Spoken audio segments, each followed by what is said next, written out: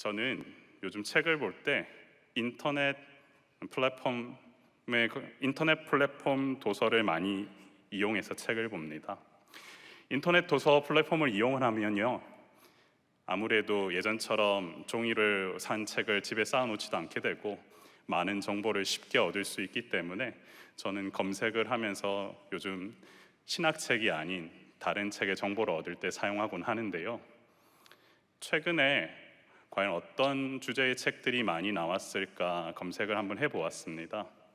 그래서 소망이라는 키워드를 가지고 검색을 했더니 도서 분야에서 59권, 59권 정도의 책을 검색할 수 있었습니다.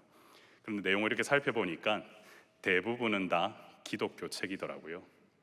그래서 소망이라는 단어보다는 좀 더 넓은 의미의 단어가 무엇일까 검색을 해봤더니 희망이라는 단어로 한번 검색을 해보았습니다. 아니나 다를까 327권의 책을 검색할 수 있었습니다. 그러다 보니까 저도 모르게 조금 호기심이 생겼습니다. 사람들이 관심이 아무래도 제일 많은 단어 중에 하나가 여러분 돈이지요. 여기 계신 분들은 돈에 관심이 없으시라고 생각합니다. 여기서는 아멘 하시면 안 됩니다. 자, 여러분들 돈을 한번 검색을 해보았습니다. 그랬더니 1175권이나 되는 책을 찾을 수 있었습니다. 그러다가 제 마음속에 그러면 코로나 이후에 위로라는 단어를 많이 우리는 얘기를 하는데 과연 얼마나 될까 검색을 해보았더니 1157권이나 되는 도서를 검색할 수 있었습니다. 제가 어제 검색했던 숫자였는데요, 사람들이 정말로 위로라고 하는 단어를 돈이라고 하는 단어만큼 많이 사용하는구나. 이것은 우리가 믿는 크리스찬만의 용어가 아니라 많은 세상 사람들이 위로라는 단어를 관심 가지고 보고 있구나라는 생각을 하게 되었습니다. 그러다가 그 인터넷 도서 플랫폼에서 가장 많이 읽는 책에 이렇게 표시가 되어 있는데 그 책의 제목 이름이 뭐냐면요, 오늘의 위로가 도착했습니다 라는 책이었습니다. 제가 그래도 한번 살펴보려고 읽었더니 내용은 되게 간단했습니다. 다른 것이 아니라 너 자신을 사랑해야 한다라는 것이 가장 주된 내용이었습니다. 여러분, 너 자신을 사랑해야 한다, Know yourself라고 하는 이 단어는요, 사실 우리나라 지금 제일 잘 나가는 보이밴드 그룹이 많이 외치는 단어입니다. 그러면서 저도 한번 묵상을 한번 해보았습니다. 과연 너 자신을 사랑하라는 그 메시지가 정말 성경적인가? 그리고 정말로 우리에게 영원한 위로를 주는 메시지인가? 라고 하면서 이렇게 성경을 뒤적뒤적거리다가 제가 그러고 나서 발견했던 본문이 오늘 이사야서 40장 본문입니다.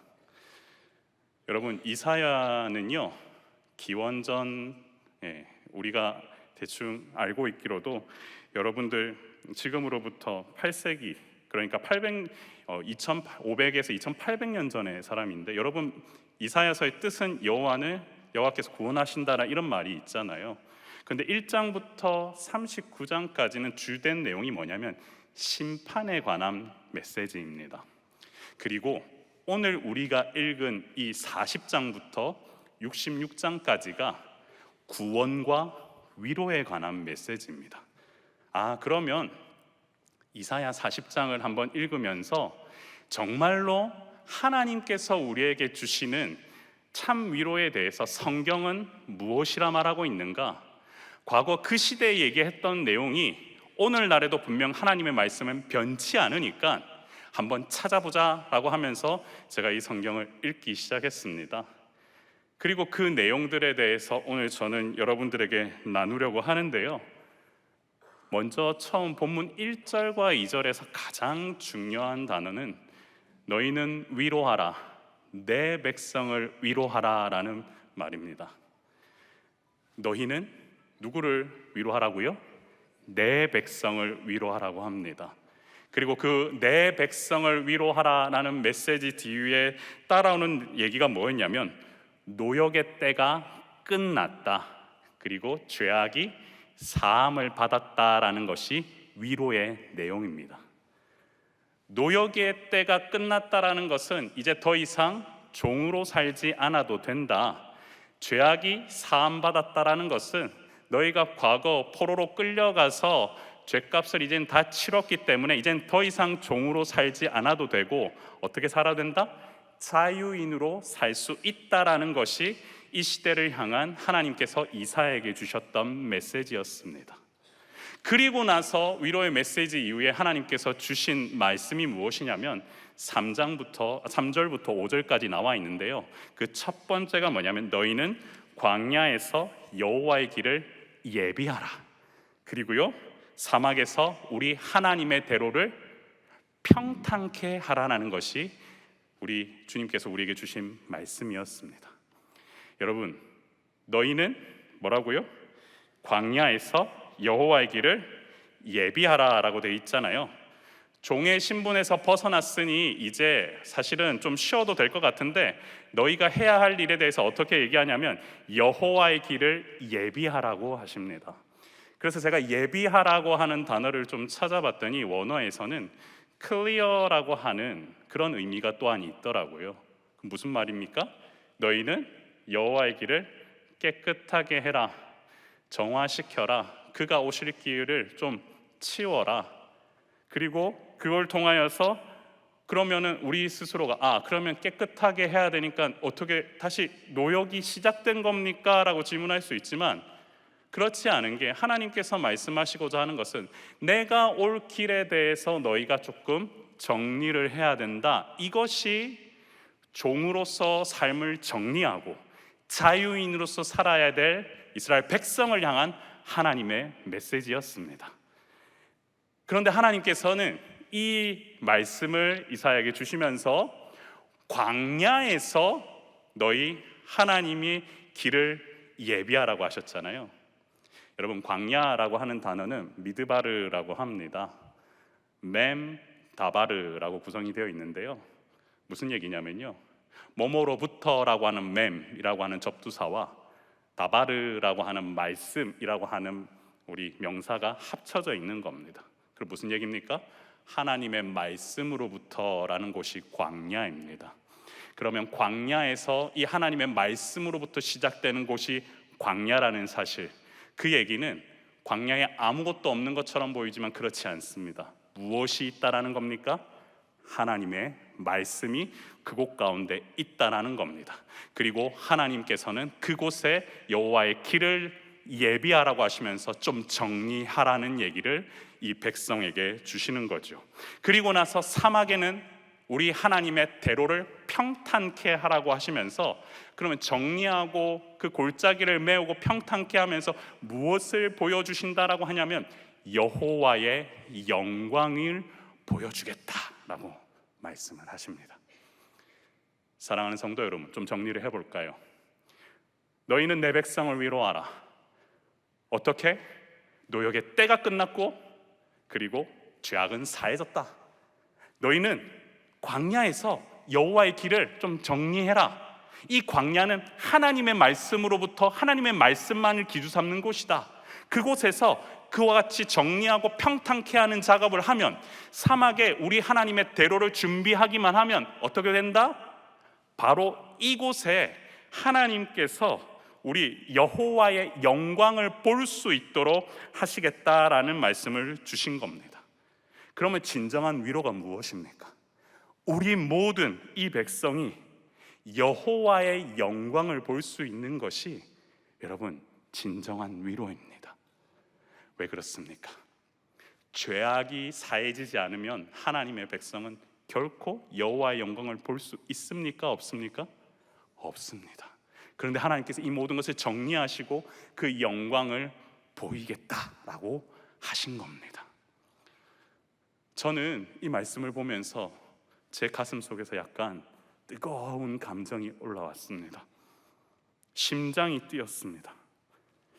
세상은 Know yourself, 너 자신을 사랑하라고 그러는데 사실은 그 메시지 가운데에는 끝나고 나면 공허한 게 되게 많습니다. 나 자신을 사랑하고 나 자신을 무엇을 하다 보면 사실은 나만 사랑하라는 얘기로 결국은 귀결되거든요. 그런데 우리 하나님께서 지금 얘기하신 건 뭡니까? 하나님의 길을 예비하기만 하면은, 하나님의 길을 준비하기만 하면은 내가 너희에게 여호와의 영광을 통하여서 위로를 주겠다라는 겁니다. 그것은 우리 하나님께서 하나님의 백성을 사랑하시면서 이 시대 가운데에 여호와의 영광을 볼 수 있는 자들에게 주시는 참된 위로이고, 그 영광을 볼 수 있다라는 것은 얼마나 큰 은혜인지 여러분 그 사실을 깨달으셔야 합니다. 여러분, 우리가 안아주심의 본당에 와서 매 주일마다 우리가 예배를 드리지 않습니까? 그러면서 우리가 고백하는 게 주 영광 여기 임하사 열방 향해 그 빛 비추소서, 주의 은혜 구할 때 그 은혜가 이 땅 가운데 있기를 바란다라고 고백하지 않습니까? 실은 그것 자체가 하나님이 주시는 참된 위로라는 것입니다. 그리고 나서 오늘 우리 하나님께서 주신 말씀이 뭐냐면, 그러면 종에서 벗어난 자들, 자유인들이 무엇을 외쳐야 하는가라는 얘기를 6절에서 8절을 주십니다. 무엇을 외쳐야 하는가? 실은 그 얘기는 무슨 얘기냐면요, 종에서 벗어난 자유인들은 이제 자기를 무엇이라고 선포하고 자기 정체성에 대해서 어떻게 말해야 하는가라는 얘기를 하는 것입니다. 그때 우리 하나님께서 이사를 통해 주신 말씀이 뭐냐면, 풀은 마르고 꽃은 시드나 우리 하나님의 말씀은 영원히 서리라. 아멘. 저는 풀은 마르고 꽃은 시드나 우리 하나님의 말씀은 영원히 서리라라는 그 찬양은 많이 불렀어도, 이 말씀 가운데 주시는 의미가 이 시대를 향한 위로의 말씀이라는 사실은 좀 더 이것을 묵상하기 전까지는 잘 알지 못했습니다. 그래서 오늘 여러분들과 함께 이 시대를 향하여서 내가 무엇이라고 외쳐야 합니까? 주님, 나는 그리스도인으로서 내가 무엇이라고 말해야 합니까? 나의 정체성은 무엇입니까? 했을 때 우리 모두의 고백 가운데 풀은 마르고 꽃은 시드나 우리 하나님의 말씀은 영원히 서리라 라고 하는 그 고백이 우리 모든 성도들을 통하여서 흘러나오기를 소망합니다. 그래서 오늘 이 말씀을 좀 더 우리가 세부적으로 3가지 정도로 좀 나눠서 살펴보려고 합니다. 그래서 첫째, 우리 하나님께서 우리에게 주신 말씀이 무엇이냐면요, 우리가 풀이라는 사실입니다. 사랑하는 성도 여러분, 우리가 풀이다라고 하는 사실 여러분 동의가 되십니까? 동의가 안 되면 여기서 지금 더 설교가 나갈 수가 없습니다. 여러분, 풀이다고 하는 거는요, 마른다라고 지금 표현이 되어 있는데, 마른다라는 것은 건조해진다라는 겁니다. 생명력이 없다라는 겁니다. 어느 순간에 시들어서 이것은 더 이상 생명력을 갖출 수 없고 죽게 된다라는 겁니다. 그런데 언제든지 마를 수 있다는 그 사실을 갖다가 내가 인지하면서 사는 자는, 내가 결국은 마르는 존재구나라고 살아가지만, 사실은 성경을 찾아보면 많은 이스라엘 백성들은 이 사실을 그렇게 인지하지 못했습니다. 하나 예를 들어 볼까요? 여러분, 아담이 있었던 에덴 동산으로 거슬러 가봅시다. 우리 모두는 아담이 무엇을 잘못했는지를 알고 있습니다. 선악을 알게 하는 나무의 실과를 먹었던 이유 중에 하나는 무엇이냐면요, 하나님과 같은 능력을 얻기 위한 뱀의 유혹에 빠졌기 때문입니다. 내가 풀이라는 사실을 알았다면, 내가 피조물이라는 사실을 알았다면 아마 아담은 그것을 먹지 않았을 겁니다. 또 한번 살펴볼까요? 여러분, 창세기 11장에 보면 바벨론 탑 사건이 나옵니다. 바벨탑 사건.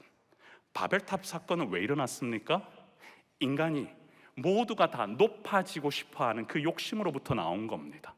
하나님처럼 되겠다라고 하는 그 사건, 그 일 때문에 모두가 다 하나님의 말씀을 순종하지 아니하고 그것 가운데 하나님의 말씀을 거역함했기 때문에 일어났던 일이지요. 자신이 풀인 줄 알았다면 아마 그러지 않았을 겁니다.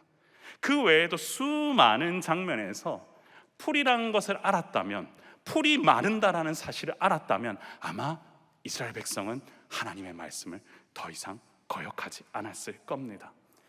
저는 그때마다 제 마음속에 인생에 대해서 고민하거나 할 때 늘 찾아보는 성경이 뭐냐면 전도서입니다. 여러분, 전도서 1장 14절 말씀 같이 한번 우리가 읽어보길 소원하는데요, 같이 한번 읽어보겠습니다. 시작. 내가 해 아래에서 행하는 모든 일을 보았노라. 보라, 모두 다 헛되어 바람을 잡으려는 것이로다. 아멘. 여러분, 솔로몬의 이 고백 가운데에는 놀라운 비밀이 있습니다.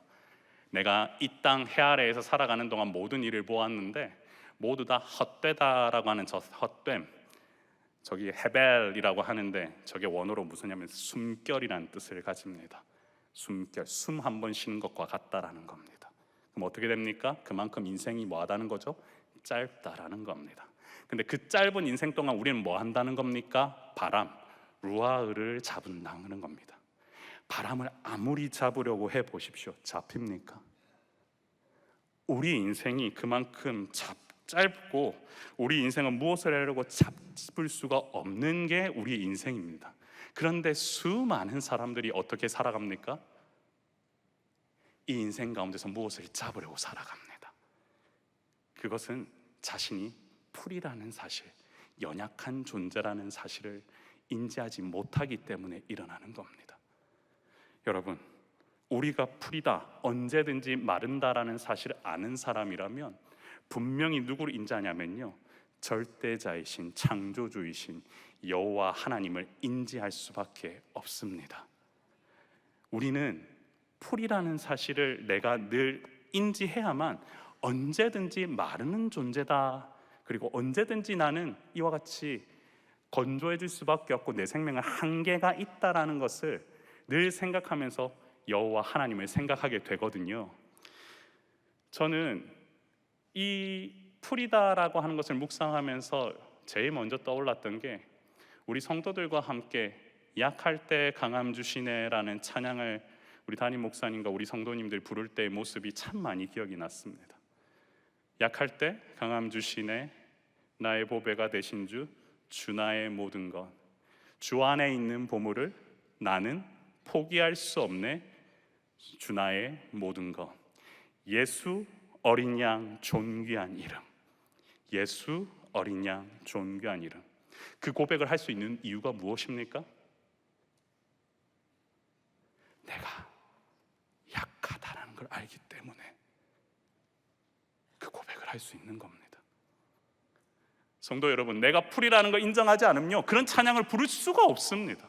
내가 무엇인지 다 할 수 있는 존재이고 내 힘으로 다 할 수 있다라고 하는 그 존재라면 우리는 절대로 주님 앞에서 예수 어린 양 존귀한 이름을 갖다가 마음 담아 부를 수가 없다라는 겁니다.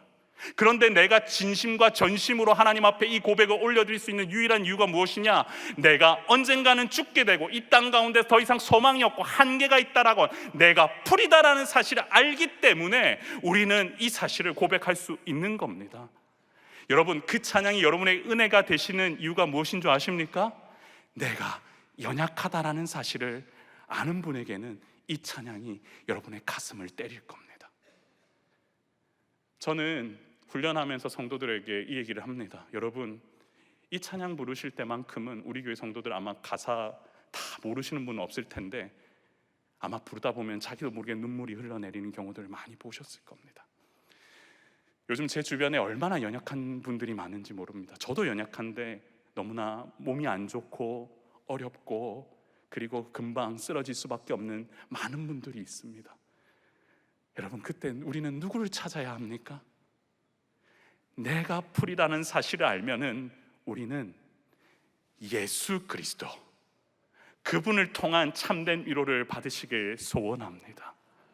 우리가 풀이라는 사실을 고백할 때마다 여러분의 약함을 강함으로 채워주시는 예수 어린 양 존귀한 이름이 여러분의 마음과 심령을 위로하실 것입니다. 그리고 두 번째 우리가 기억해야 될 것이 무엇이냐? 우리가 누구라는 거죠? 꽃이라는 겁니다. 사랑하는 성도 여러분, 꽃하면은 떠오르는 게 결국은 아름다움입니다. 그리고 화사함입니다. 그리고 화려한 부분도 있습니다. 근데 그 꽃이 우리가 표현할 때 많은 사람들은 그 화려함에 우리가 취하곤 하는데요, 여러분, 운동선수들은 전성기라는 게 있습니다. 여러분도 전성기라는 게 있으셨습니까?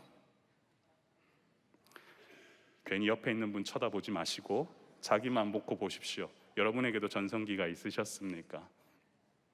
사람들은요, 누구나 자신만의 전성기라고 하는 거를 참 회고하고 싶고 그때가 다시 돌아왔으면 좋겠다라고 생각을 합니다.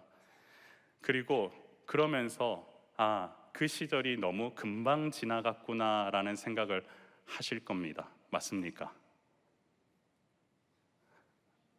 여러분은 여전히 전성기를 지금 구가하고 계실 줄 믿습니다. 제가 그러면서 시편에 있는 우리 103편 15절의 말씀이 생각이 났는데요. 같이 한번 읽어볼까요? 시작. 인생은 그 날이 풀과 같으며 그 영화가 들의 꽃과 같도다. 아멘.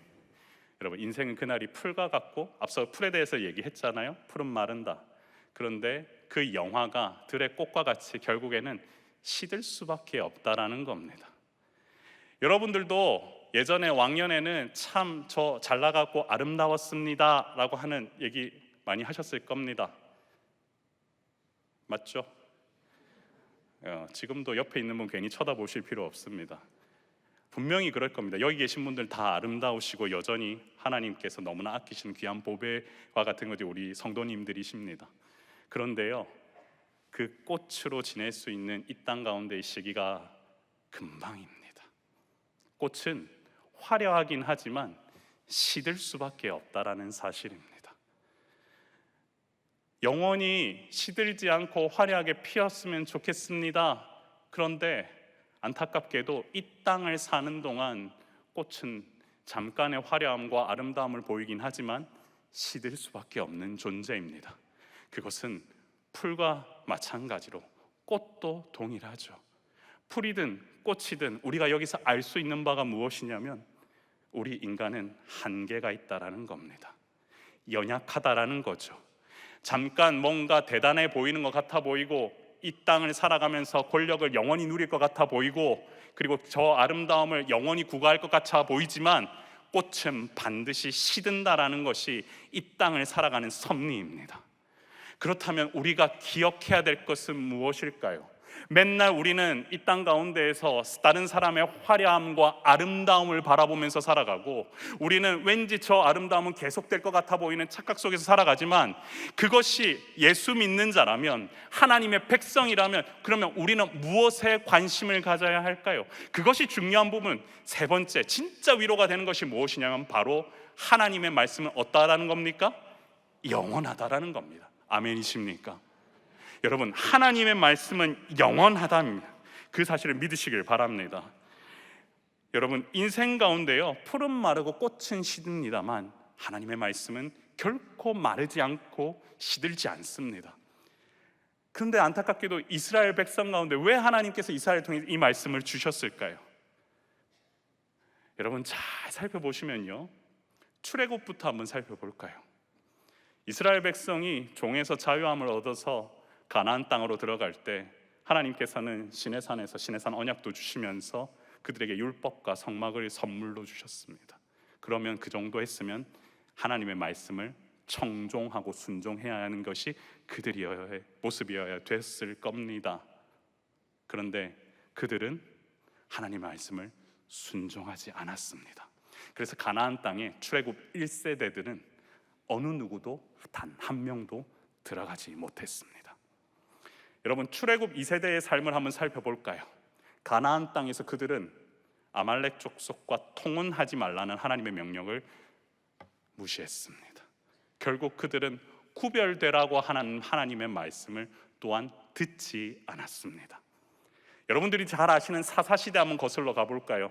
사사시대 하면 무엇이 떠오르십니까? 자기 소견에 옳은 대로 행하였더라. 사사시대가 끝나고 그리고 사무엘 이후에 이스라엘 초대 왕인 누구입니까? 사울. 오죽했으면 순종이 제사보다 낫다는 말이 나왔을까요? 그리고 다윗을 지나 솔로몬 시대, 그리고 솔로몬 이후에 남과 북이 나눠지지요. 아수르와 바벨론에 의해서 나눠진 이스라엘. 왜 나눠졌습니까? 여호와 하나님의 말씀을 청종하지 않았기 때문에 나눠졌습니다. 그런 이 백성을 향하여서 하나님께서 오늘 주시는 말씀은 이제는 더 이상 너희가 나의 말씀을 순종하지 않아 이런 일이 없었으면 좋겠다. 풀은 마르고 꽃은 시들지만 여호와의 말씀만이 영원하다라는 사실을 너희가 좀 알았으면 좋겠다 라는 마음으로 오늘 이 사회를 통해서 우리에게 오늘 주고 계신 겁니다. 사랑하는 성도 여러분, 여호와의 말씀을 순종하지 않는 백성에게 미래란 없습니다. 사랑하는 성도 여러분, 여호와의 말씀을 청종하지 않는 백성에게 소망은 없습니다. 사랑하는 성도 여러분, 여호와의 말씀을 준행하지 않는 백성에게 하나님의 위로는 있을 수 없습니다. 오직 하나님의 말씀만을 사모하면서 이 말씀만을 우리가 세울 수 있는 그런 모습이 되어야만 하나님께서는 여러분을 통하여서 참위로 여호와의 영광을 볼 수 있도록 인도해 주실 것을 여러분 믿으시길 바랍니다. 이 사실은 단순히 오늘날 우리에게만 일어나는 사실이 아니라 과거 1904년, 1905년에 있었던 제가 웨일즈에서 일어난 부흥운동 얘기를 잠깐 해드리겠습니다.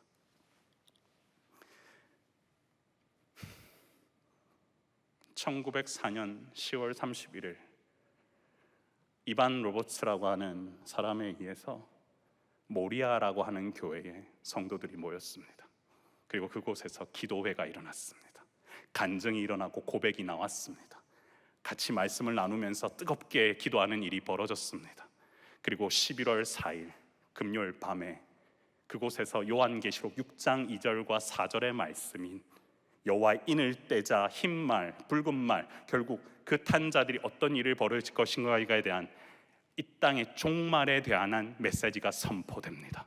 그러자 그곳에 있는 사람들은 회개하면서 반드시 이런 일이 일어나겠구나라는 것을 경험하게 됩니다. 11월 5일 토요일 에베소서 5장 18절의 메시지가 선포됩니다. 술 취하지 말라. 그것은 방탕한 것이다. 오직 성령 충만함을 받으라. 그 말씀을 통해 웨일즈에서 어떤 일이 벌어졌느냐? 술집이 문을 닫고 그리고 음란한 것들이 하나하나 정리가 되면서 놀랍게도 하나님의 말씀을 세워가는 역사가 일어났습니다. 그리고 웨일즈 전역으로 그 운동이 확산되기 시작했습니다.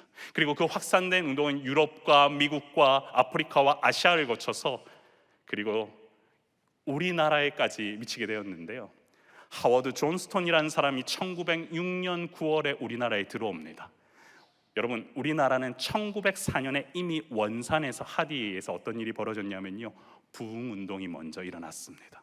그리고 이 영향을 받은 웨일즈와 인도에서 영향을 받은 이 사람의 하워드 존스턴이라는 사람들이 이런 부흥운동이 일어났다는 것들을 알려주자 우리나라에서는 같이 시너지를 받아서 1907년에 평양 대부흥운동이 일어나게 된 것입니다.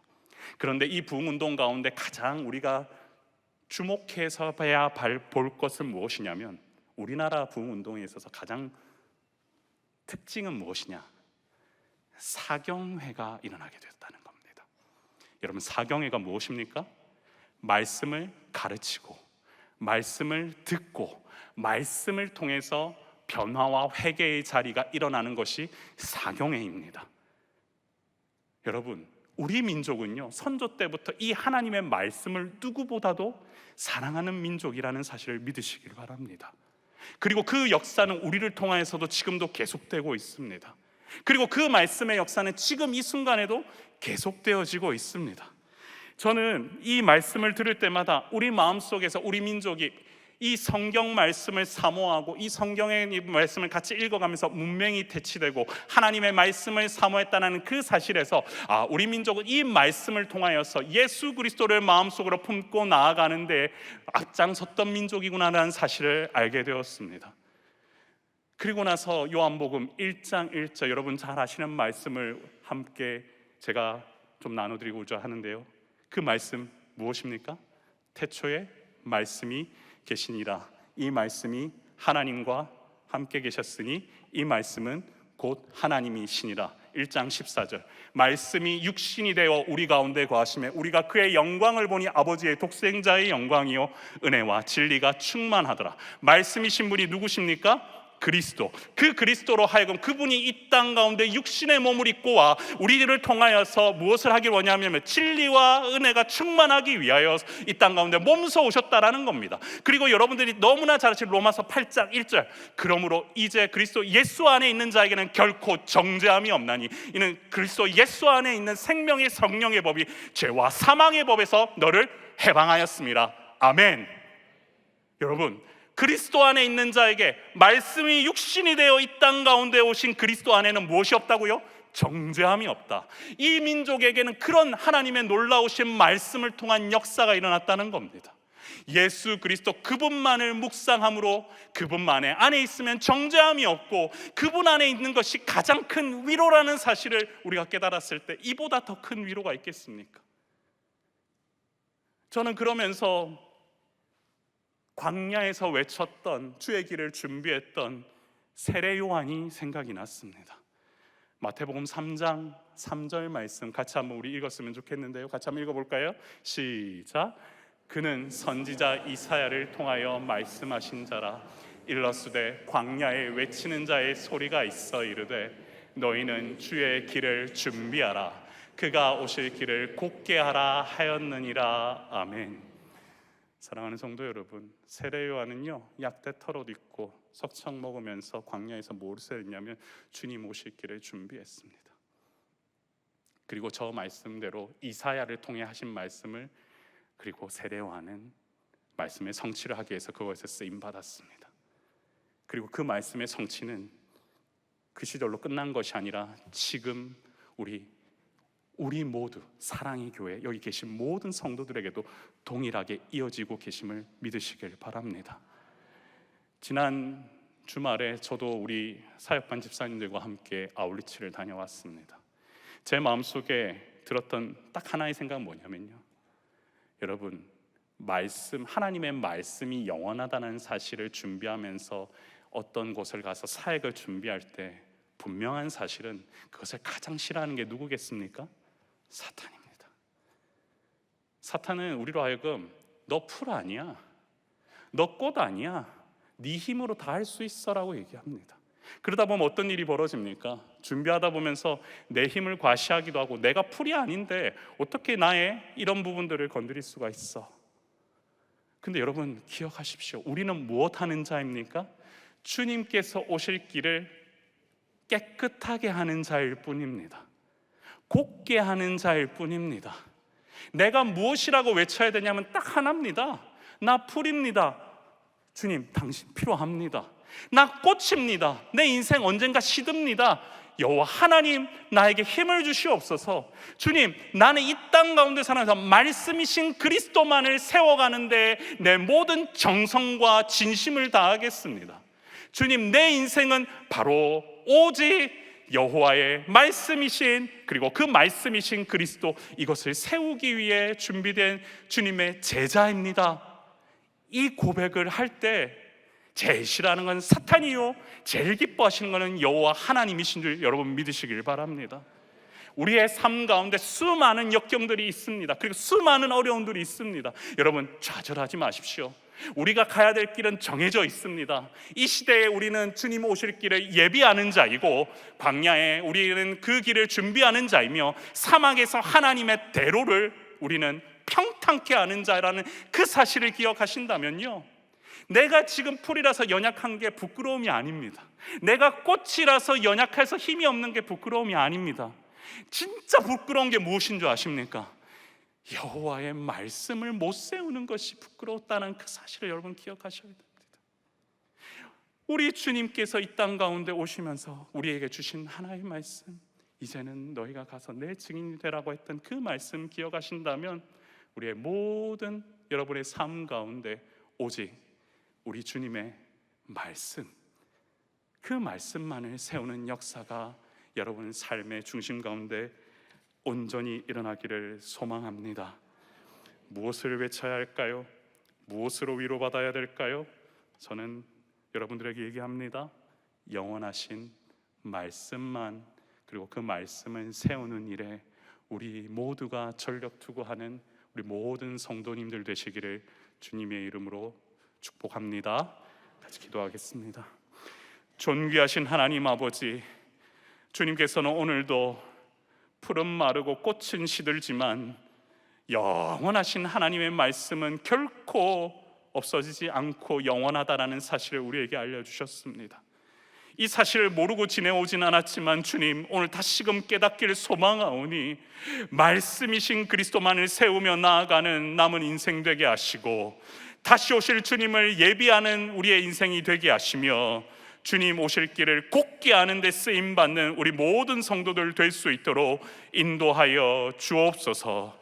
삶의 자리 가운데에 많은 어려움들이 있지만 주님께서 채워주시고 인도해 주실 줄 믿사오며 우리의 생명 되시고 소망 되신 예수 그리스도의 이름으로 간절히 기도드리옵나이다.